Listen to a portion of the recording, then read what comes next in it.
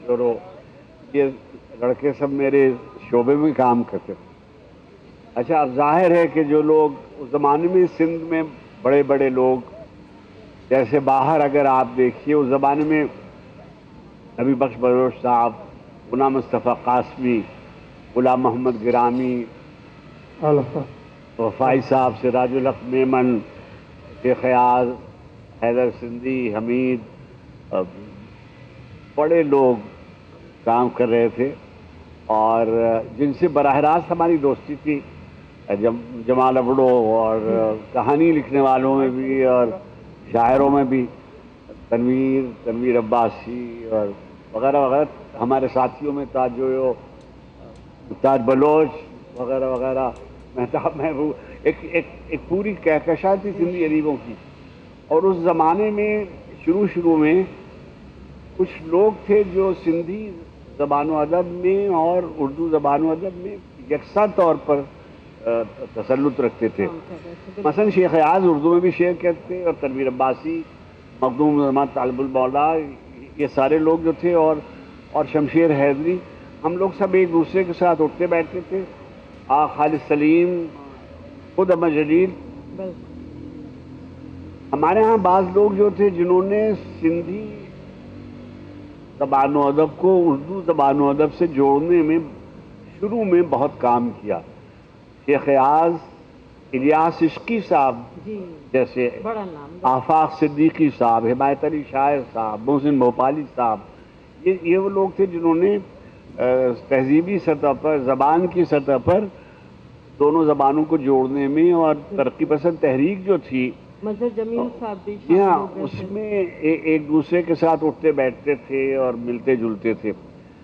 رفتہ رفتہ یہ خلیج بڑھ گئی، اور اہل سیاست نے اس کو بڑھنے دیا، اور اہل دانش نے اس سے اپنی پہلوتہی کی، اور جو ان کی ذمہ داریاں تھیں وہ پوری نہیں کی۔ نتیجہ یہ ہوا کہ صورتحال ویسی ہو گئی جیسی کہ آپ مجھ سے بہتر جانتی ہیں، میں تو بہت دیر ملک سے باہر رہا ہوں۔ یہ جو میلہ ہے، اس سے اور اس طرح کے میلوں سے یہ حوصلہ ہوتا ہے، امید بڑھتی ہے کہ یہ جو میل ملاپ بڑھا ہے، زبانوں کی تفہیم بڑھی ہے، لوگوں کے ساتھ مکالمہ ہو رہا ہے۔ دیکھیے، جب ایک ساتھ بیٹھیں گے تو اچھی باتیں بھی ہوں گی، یعنی مختلف باتیں بھی ہوں گی، آپ ان کو اختلافی بھی سمجھ لیجیے تو بھی کیا حرج ہے، اگر ایک دوسرے سے مکالمہ۔ تو اب یہ بیٹھے ہوئے ہیں جو ایاز بیٹھے ہوئے ہیں، ان کے والد بہت غصے ور آدمی تھے، اور وہ زمانہ تھا، میں نے کل کسی جگہ کہا کہ سراج الحق میمن یا تنویر یا رسول بخش پلیجو یہ کوئی آسان لوگ نہیں تھے۔ جو صاحب، صبح کے چندانی، یہ کوئی بڑے مشکل لوگ تھے، اور ان کے اپنے نظریات میں راسخ ہوتے ہیں۔ وہ لوگ بہت ہی لائق منزلت ہوتے ہیں جن کا کوئی نظریہ ہوتا ہے، جو زندگی کے بارے میں کوئی ایک رائے رکھتے ہیں، اور یہ رائے انہوں نے ایک دن میں نہیں بنائی ہوتی ہے، اور یہ وہ لوگ ہوتے ہیں جنہوں نے اپنے آپ کو اپنی دھرتی سے جوڑے ہوئے ہوتا ہے۔ تو اب آپ یہ دیکھیے کہ کتنے لوگ ہیں اس طرح سے جنہوں نے اپنی زبان کی سرحدوں کو پار کیا ہے۔ اب میں ان کو دیکھتا ہوں کہ ایاز کو بولتے ہوئے سنتا ہوں، میرا جی خوش ہوتا ہے۔ وہ بھی اس قدر، یعنی لب و لہجے کے اعتبار سے فارسی میں بھی اردو میں بھی اتنی تسلط ان کو تھا، اور انگریزی ادب کا اور عالمی ادب کا جیسا مطالعہ سائیں پلیجو کا تھا وہ کم لوگوں کا تھا۔ اچھا، آپ اس بہت سے ان میں لوگ تھے جن سے آپ نظریاتی طور پر اختلاف رکھتے ہوں گے، یعنی مثلا مخدوم طالب المولا کی نظریاتی صورت وہ نہیں تھی جو شیخ ایاز کی تھی مثلا، یا جو تنویر عباسی کی تھی، یا مثلا جو جمال ابڑو کی کہانی یا غلام ربانی آگڑوں کی کہانیاں ویسی نہیں تھی مثلا جیسی احمد جلیل کی کہانیاں ہیں، مگر بات تو ہو سکتی تھی نا، سب ایک دوسرے سے گفتگو تو کر سکتے تھے۔ بالکل، مکالمے سے بڑا فرق پڑتا ہے، فضا بنتی ہے۔ اچھا، ابھی تو نوجوانوں کو یہ بھی نہیں معلوم ہوگا کہ فرض کیجئے کہ آغا خالد سلیم تھے، آغا خالد سلیم براہ راست میرے میرے پہلے جو باسز تھے ریڈیو پاکستان میں جب میں نے زندگی شروع کی تو وہ میں اور عبید اللہ بیگ جس کمرے میں ایک ساتھ بیٹھتے تھے، ہم دونوں کے وہ پہلے افسر تھے جنہیں ہم کہتے ہیں نا رپورٹنگ آفیسر، تو وہ ہمارے خالد سلیم ہمارے پہلے باس تھے. اچھا، وہ بالکل ہمارے بھائیوں کی طرح. اب خالد سلیم نے، غیاث عشقی صاحب نے، آفاق صدیقی صاحب نے، شیخ ایاز صاحب نے، ان سب نے شیخ ایاز شاہ لطیف سائیں کا ترجمہ کیا. تو خالد سلیم نے جو ترجمہ کیا ہے وہ انہی سروں میں ترجمہ کیا ہے شاہ سائیں کا، جن سروں میں شاہ سائیں نے سندھی میں لکھا ہوا ہے. اچھا، اب کیا ہے کہ اب ہمارے ہاں اس طرح کی زبان پر قدرت نہیں رکھتے لوگ، جیسے فرض کیجیے خالد سلیم رکھتے تھے، یا ہمارے آفاق صدیقی صاحب. غیاث عشقی صاحب موسیقی پر بھی ان کی اتنی نظر تھی جتنی نظر ہمارے ممتاز مرزا تھے. ممتاز مرزا نوجوان نسل تو ان سے واقف ہوگی، مگر ممتاز مرزا سندھی تہذیب کے بارے میں، موسیقی کے بارے میں، اس کی لوک تہذیب کے بارے میں، اس کے لوک ادب کے بارے میں، اس کی تاریخ کے بارے میں وہ ایک بہت بڑے خانوادے کے آدمی تھے. مگر اب لوگ ان کو ایک بالکل سندھی ڈپارٹمنٹ کے کسی افسر کی حیثیت سے تو جانتے ہیں، مگر وہ بہت بڑا اسکالر تھا. اچھا افتخار عارف صاحب، یہ جو سندھ سے آپ کی ایک محبت ہے، ایک لگاؤ ہے، اور اتنا قریب سے آپ نے اس پوری تہذیب کو دیکھا، سندھ کی اپنی ایک بڑی قدیم تاریخ ہے، تو اس پوری تاریخ تہذیب نے آپ کی شاعری پر کیا کوئی اثرات مرتب کیے؟ اپنے بارے میں تو کوئی گفتگو کرنا بہت ہی کسی بھی زمانے میں تہذیبی طور پہ اچھی بات نہیں سمجھی جاتی، اور اثرات جو ہیں وہ آپ والی نسل جو ہے، آپ کے بعد والی نسل وہ اس کا فیصلہ کرے گی. مگر یہ بالکل ممکن نہیں ہے. جس زمین میں آپ رہتے ہیں اس کا بڑا حق ہوتا ہے، اور آپ کے اوپر اس کے قرض ہوتے ہیں. آپ چاہیں یا نہ چاہیں وہ آپ کو اس کی موسیقی، اس کی تاریخ، اس کی تہذیب آپ کو متاثر کر کے رہتی. یہ کیسے ممکن ہے کہ جس آب و ہوا میں آپ رہ رہے ہوں، جس دھرتی سے آپ جڑے ہوئے ہوں، جو آپ کا بوجھ اٹھائے ہوئے ہو، وہ آپ کی تخلیقی شخصیت کو متاثر نہیں کرے گی؟ میں سمجھتا ہوں یہ ممکن نہیں. بالکل، اور آپ کی شاعری جو ظاہر ہے کہ لوگ پڑھتے ہیں ان کو اچھی طرح اس کا اندازہ ہوگا کہ اس میں جو ایک ناانصافی کے خلاف یا جو ایک غلط رویے کے خلاف آپ کا احتجاج ریکارڈ ہوتا ہے، اس میں ہم سب شامل ہیں. اور اس میں جیسا آپ نے کہا کہ شاعروں ادیبوں نے وہ کردار ادا نہیں کیا، لیکن آپ کے ہاں وہ کردار نظر آتا ہے بہرحال کہ ایک محبت کا پیغام اور ایک احتجاج آپ مسلسل ریکارڈ کراتے رہے، اور یہ ایک بہت بڑی بات ہے. یہ بتائیے گا کہ آپ نے جب شاعری کا آغاز کیا اور ٹیلی ویژن میں تو آپ کو یہ شخصیات ملی، اس وقت کا شعری منظرنامہ یا ادبی منظرنامہ کیسا تھا؟ جیسے ابھی جو ہم لوگ دیکھتے ہیں تو اب تو سوشل میڈیا نے اس کو بہت تبدیل کر دیا ہے، لیکن اس وقت کیا صورتحال تھی؟ آپس میں مکالمے کی کیا فضا تھی؟ لوگوں کے مسائل کیا تھے؟ موضوعات کیا تھے؟ کیا آج سے کچھ مختلف تھے؟ دیکھیے امبر، میں یہ سمجھتا ہوں کہ پاکستان کی تاریخ میں، اگر صرف آپ پاکستان کی تاریخ میں دیکھیں، سندھ جو ہے وہ کبھی بھی اسٹیبلشمنٹ کے ساتھ نہیں رہا.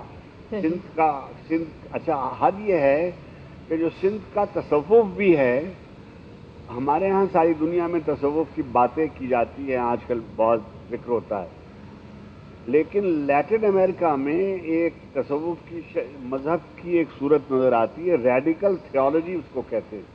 یعنی مذہب اور تصوف مزاحمت کیسے کرتا ہے اور اسٹیبلشمنٹ کے خلاف کیسے اس نے احتجاج کیا. اس کو اگر آپ سندھ میں دیکھیے تو جو ہمارے صوفی عنایت ہیں، اگر آپ ان کو دیکھیے، ہمارے صفی حسن صاحب نے باقاعدہ ان پر ایک بہت بڑا مضمون باندھا ہے. ہمارے ہاں صوفی باغی ہے، ہمارے ہاں صوفی جو ہے وہ اسٹیٹس کو سپورٹ نہیں کرتا. ہمارا صوفی ملا نہیں ہے. چنانچہ ہمارے ہاں کسی دنیا کی تاریخ میں، مثلا آج کل بہت خواتین کے نسائی موضوعات پہ گفتگو ہوتی، اور شاعر کو آپ بتائیے جس نے خواتین کے بارے میں اتنا لکھا ہوا ہو جتنا شاہ سائیں نے ہمارے، ان کے تمام سروں کے نام ہی دیکھ لیں آپ. میں تو کوئی ادنا سا طالب علم ہوں. ہماری بہن ہے فہمیدہ حسین، جی جی انہوں نے تو بنیادی کام ہی ان کا یہ تھا کہ شاہ سائیں کی شاہد و رسالوں میں تو خواتین فیمنسٹ ہے شاہ لطیف، تو یہ تو ماننے والی بات ہے کہ وہ جو فیمنزم ان کے ہاں ہمیں ملتا ہے وہ یعنی اس پہ ایک پورا پی ایچ ڈی کا تھیسس ہو سکتا ہے وہ کہ ہے وہ ان کا تھیسس ہے، کام کرتے ہیں اور یہ ممکن ہے نہیں. چنانچہ جو بھی تخلیقی آدمی ہے وہ سپورٹ اسٹیٹس کو کر نہیں سکتا. ادب اپنے تخلیق اپنے وطن میں احتجاج ہے اور مزاحمت ہے، تبدیلی چاہتی ہے، اور تبدیلی اسٹیٹس کو چینج کرنا ہی سب سے بڑا مائک کام ہے تھوڑا ادب قریب کا. کر دیجیے گا افتخار صاحب.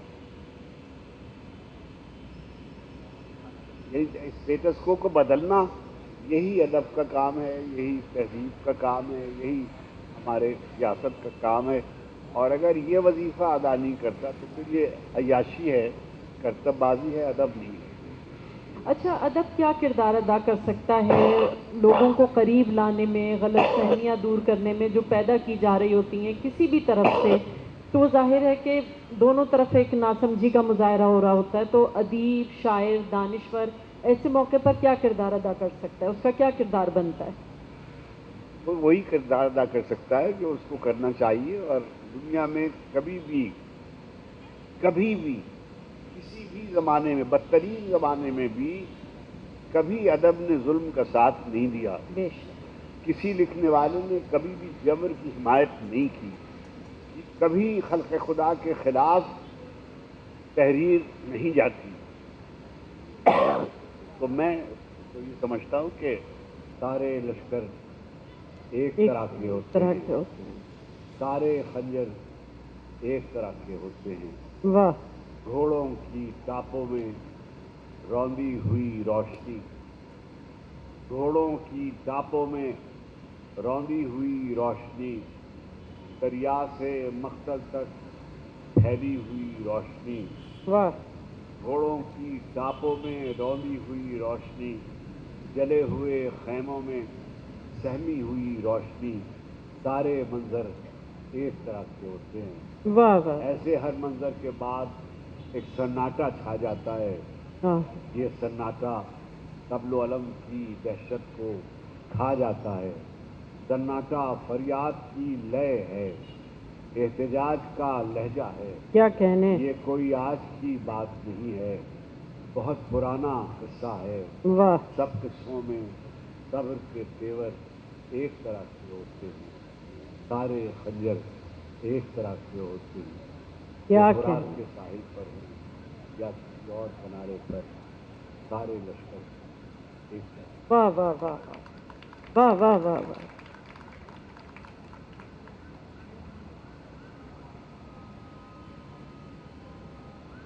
شاخ زیتون پر کب سخن فاختاؤں کہ اتنے بسیرے اجاڑے گئے. واہ. شاخ زیتون پر کم سخن فاختاؤں کہ اتنے بسیرے اجاڑے گئے اور ہوا چپ رہی. واہ. شاخ زیتون پر کم سخن فاختاؤں کہ اتنے بسیرے اجاڑے گئے اور ہوا چپ رہی. زرد پرچم اڑاتا ہوا لشکر بے اما گل زمینوں کو پامال کرتا رہا اور ہوا چپ رہی. واہ واہ. آرزو مند آنکھیں، بشارت طلب دل، دعاؤں کو اٹھے ہوئے ہاتھ، سب بے ثمر رہ گئے اور ہوا چپ رہی. واہ واہ. اور تب حبس کے قہرماں موسموں کے عذاب ان زمینوں پہ بھیجے گئے اور منادی کرا دی گئی، جب کبھی رنگ کی اور خوشبو کی، آغاز کی اور خوابوں کی توہین کی جائے گی، یہ عذاب ان زمینوں پہ آتے رہیں گے. کیا کیا. واہ واہ واہ واہ.